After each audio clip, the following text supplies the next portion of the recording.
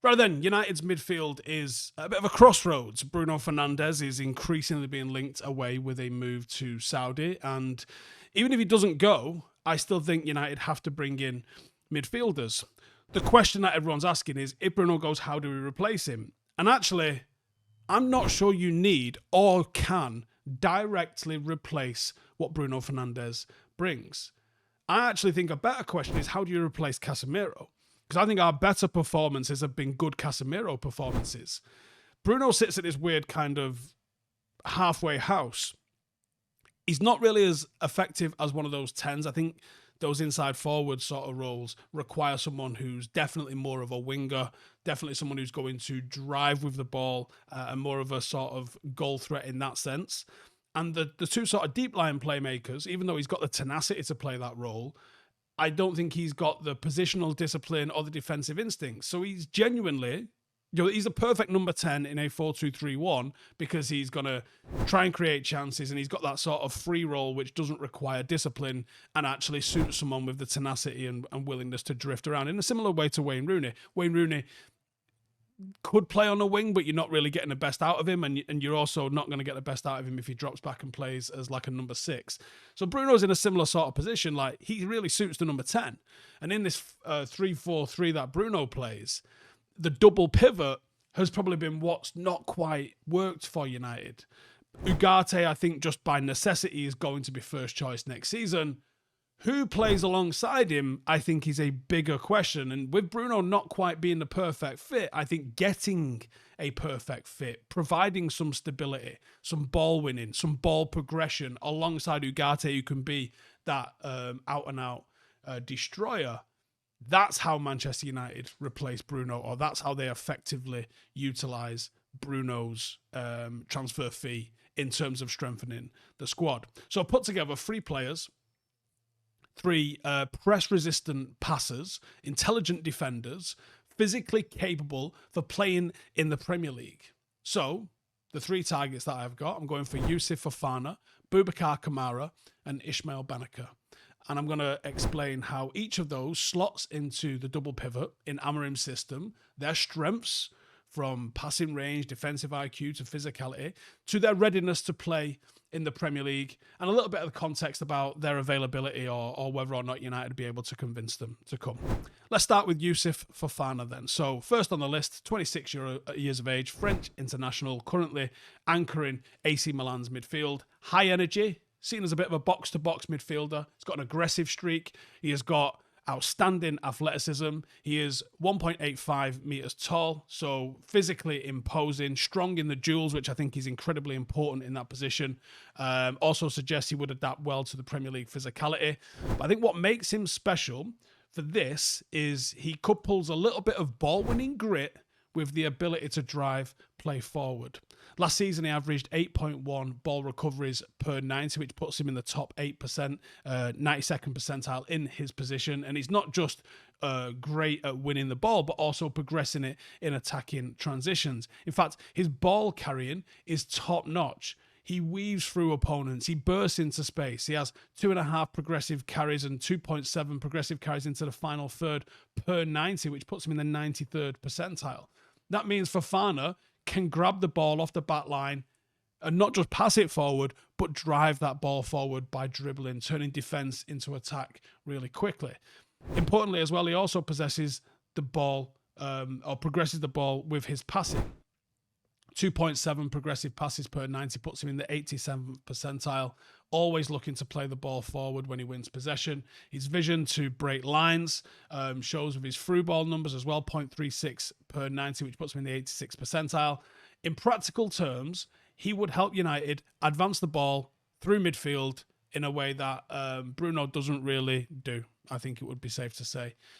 He's not a pure playmaker like a Bruno, so he's not got the chance creation, but he moves the ball forward into those attacking players, whether that's through breaking the lines with passes or with carries, ensuring that United's attacks don't stall or go sideways once they hit midfield. The press resistance and that forward thrust would be absolutely invaluable to playing in that double pivot, as we're going to want to try and play through the middle as quickly as possible. Defensively, he brings steel and energy. He has got unbelievable stamina. He covers every single blade of grass. He tracks runners. And, he's played in the double pivot both at Monaco and now at Milan. At Monaco, he had a formidable partnership with Tchouaméni. At Milan, he's had stability that midfield needed. And his impact at Milan was really evident. He gave them a real platform to play with, and it allowed Reijers to flourish in what's probably a more creative role. I think that's a real good sign for United. Fofana could balance a force that leaves the wing backs loads of time and space to push forward, because him and Ugarte could absolutely lock it down. And where Casemiro could sometimes get exposed with a little bit of a press, I don't think Fofana would in the same kind of sense. In a 3-4-3, where the wing-backs are going to be positioned really high, Fofana's mobility means that he can shuffle wide, cover and plug the gaps. Ugarte can go and cover the other side, and we can maintain that compact shape without having to worry about people getting caught high up the pitch and out of position. He will essentially be a ball-winning midfielder that can also carry the ball and progress it. That's exactly what you would want, and it's kind of what we saw with both Palhinha and Nunes under Amorim at Sporting. So I think that really helps us. It's what we want. One area to monitor, though, is his discipline. The hyper-aggression that he's got can lead to rash tackles. Over 3 seasons, he's racked up 18 yellow cards and 4 reds. That could be a concern, but it's kind of what you got with Casemiro, sometimes playing on the edge. That's kind of the edge that you need at times. With a little bit of an experience, with a little bit of coaching, you could probably adapt to the Premier League quite well with that. On the flip side, I think the tenacity is one of the things that makes him genuinely effective. He snaps into tackles. He's big on his interceptions, 2.34 tackles per game, 1.5 interceptions per 90. He's rarely getting physically outrun, which is a massive thing that United need in midfield. And at 26, he is a player that's entering his prime. He has got Champions League experience. He has got World Cup experience, readiness, pedigree. These things aren't an issue.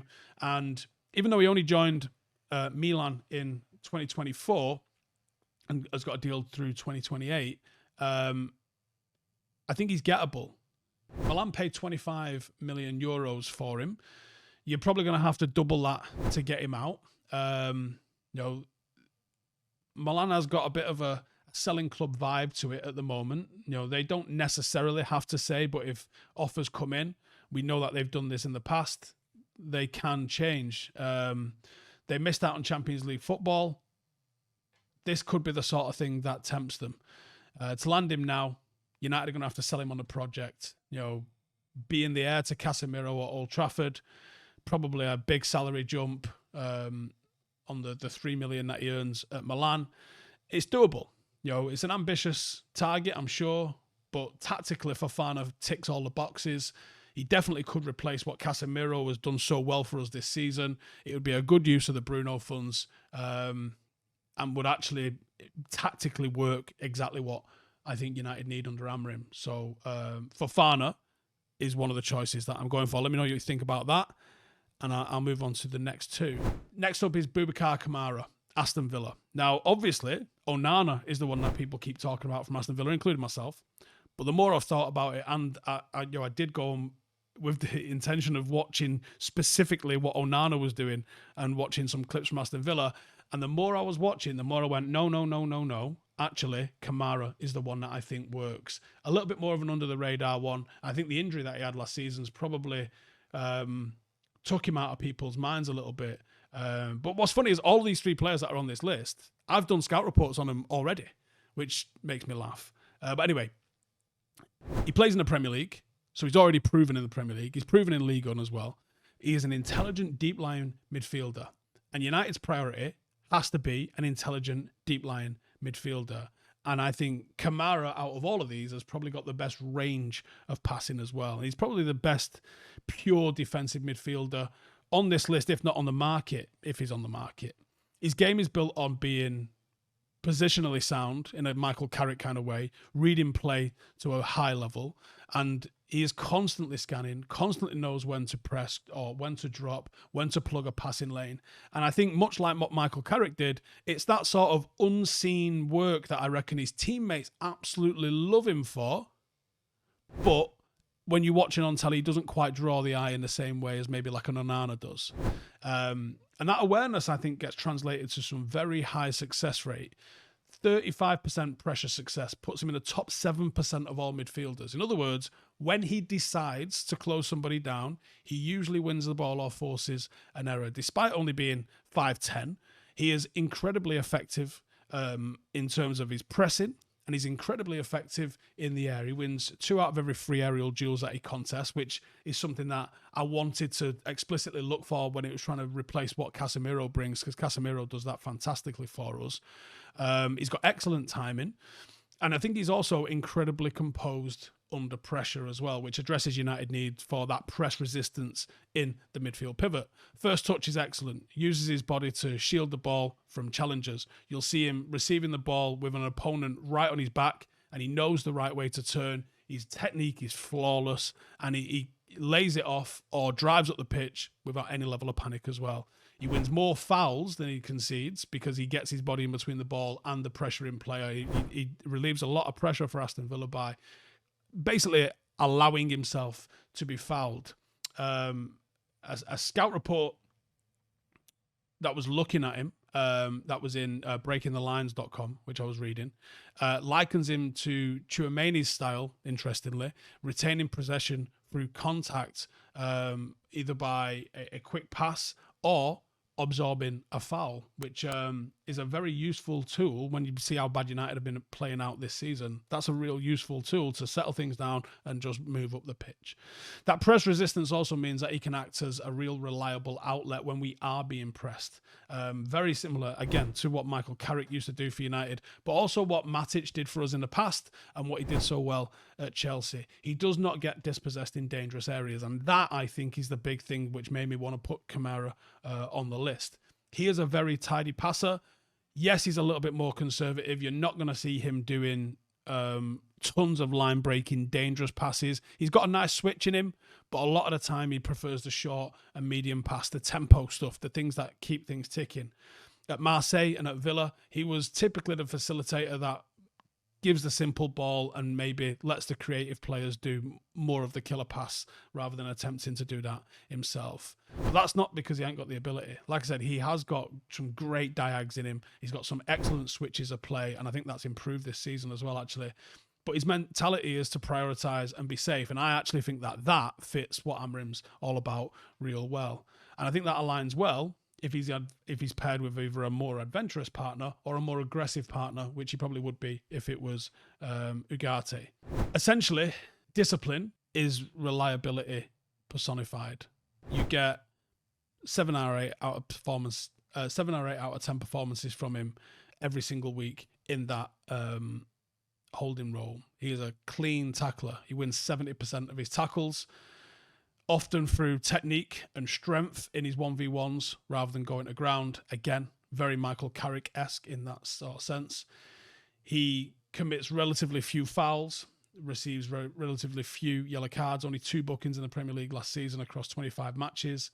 Excellent timing, excellent temperament, and I think he fits perfectly as the anchorman in a 3-4-3 pivot. If you got him next season while Casemiro's still here, you get him to learn some sides of the game from Casemiro. They could even play together and be very effective, I think, as well.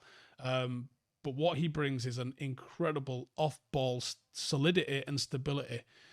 He's been described as a watchdog, someone that patrols that space in front of the defence. He senses danger, he snuffs it out, and I think that's exactly what United have needed. He's been a single pivot 6 in a 4-3-3. He's been a double pivot in a 4-2-3-1. I think he understands how to play it solo, how to be in a pair, and I think he'd be no different to, playing in the 3-4-3. He could absolutely do the role that Paulina did from the Sporting days under Amorim. It's like the dedicated kind of holding player, and I think he makes an absolute ton of sense. His positional smarts allow him to not get caught out and drift in open space.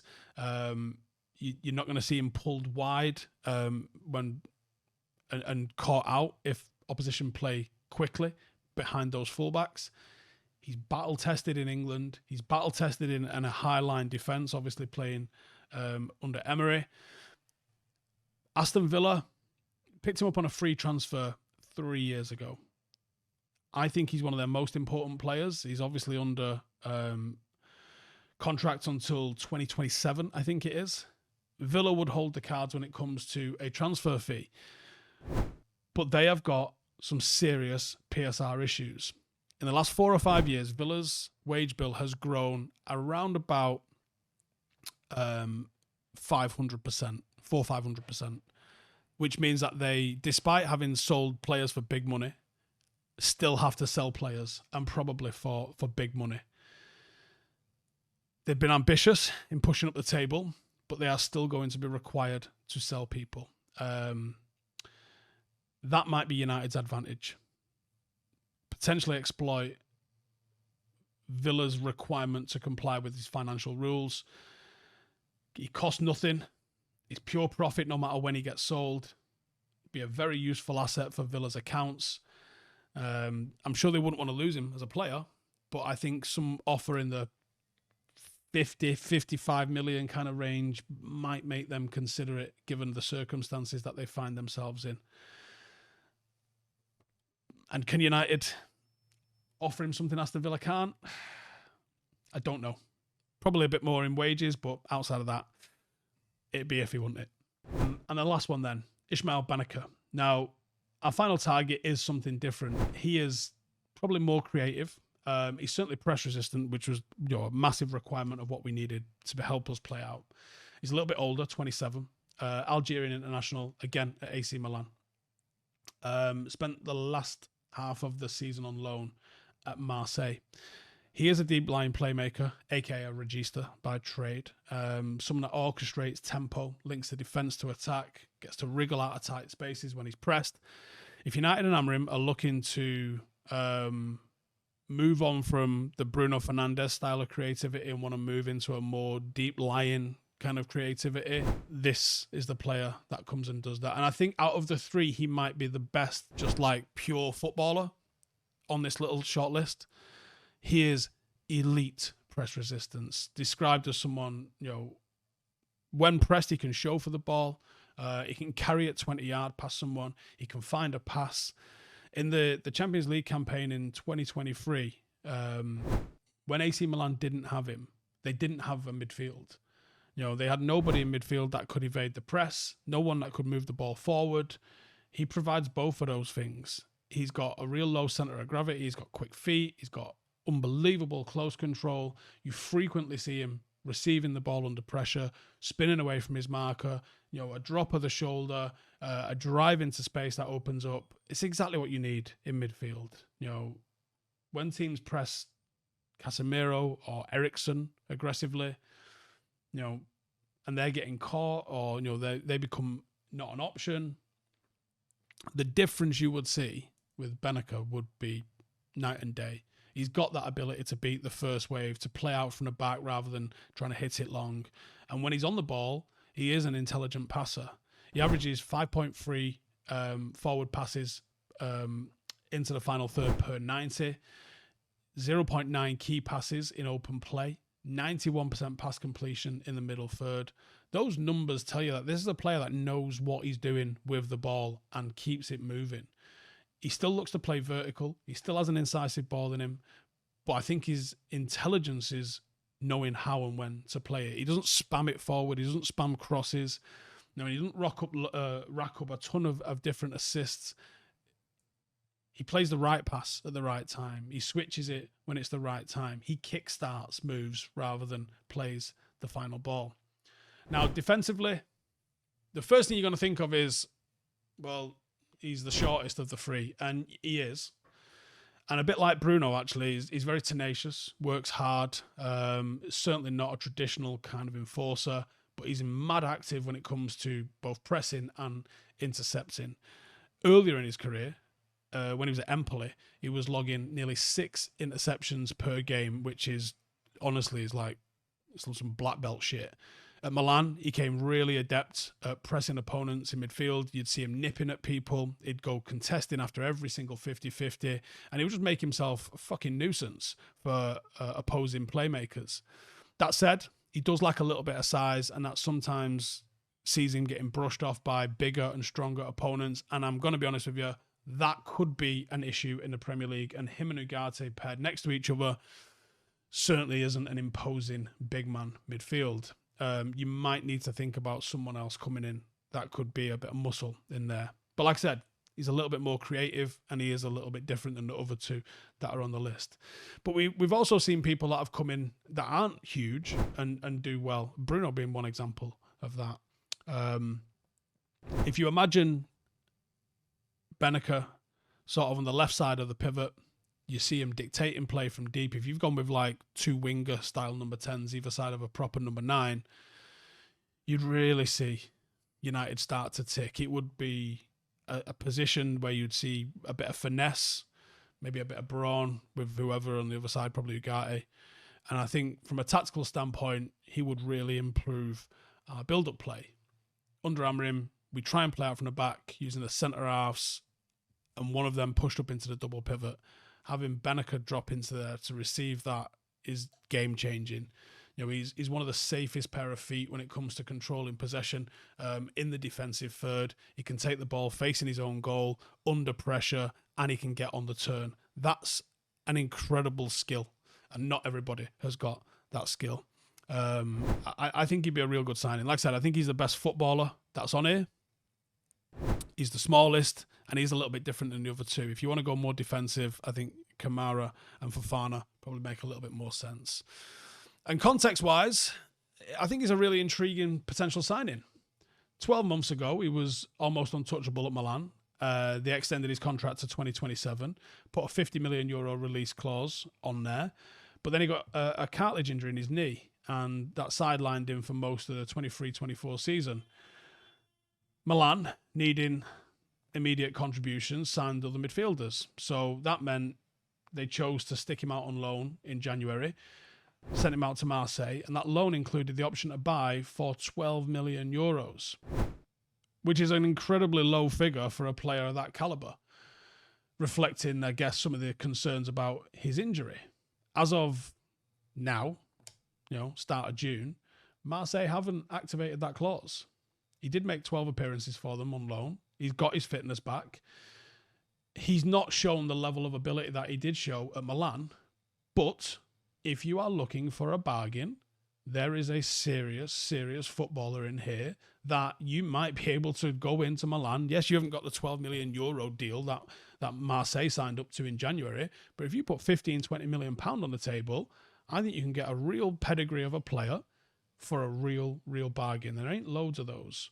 Now, like I said, he's different. He's going to bring creative passing, press resistance, in almost like a Busquets kind of way, rather than what the other two bring is a bit more all-round. But each of these midfielders addresses a very specific need for United under Amorim. And there's no definite right answer in it. It's just opinions. Fofana, probably the best all-round package. He's a midfielder that can carry the ball forward and he can play progressive passes. He would match what you get defensively with Casemiro, as well as, what you get offensively with him. The challenge would be getting him out of AC Milan for, a price that makes sense. Kamara makes a lot of sense. Villa need to sell. He's got Premier League experience, and I think he'd be a brilliant shield for the defence. He's got exceptional discipline. Like I said, that Premier League proven thing is massive. Plugging him in absolutely makes United solid in the middle. But getting him out of Aston Villa won't be easy. Bennacer, probably the better footballer in terms of pedigree. Available dead cheap, but a little bit of a gamble and a little bit different. So, like I said, 3 options there. I don't know the right answer. I don't know if United are even fucking considering any of those 3. But I thought I would put together how I think United actually go about replacing Bruno Fernandes. And the truth is, I don't think you replace Bruno Fernandes because he doesn't have a dedicated position in this team. I think what you need to do is replace Casemiro and identify someone that can play in that double pivot going forward. But that's my opinion. I might be right, I might be wrong, but I'd like to hear your thoughts either way in the comments below. Nice one. See you in a bit. Hey, thank you for watching the video. If you are new around these parts, then don't forget to subscribe. My channel is proudly supported by my community on Patreon. If you'd like to get a little bit of extra content, a Discord group, meetups, five-a-side games, weekly podcasts, behind the scenes, and even an occasional bit of transfer news as and when I get it, then for the price of a pint, you can show your appreciation for the content that we make and get some goodies for doing so as well. Check the link in the description or click the button right here. You'll also find all of my socials here too if you want to follow me on any of those platforms. Nice one.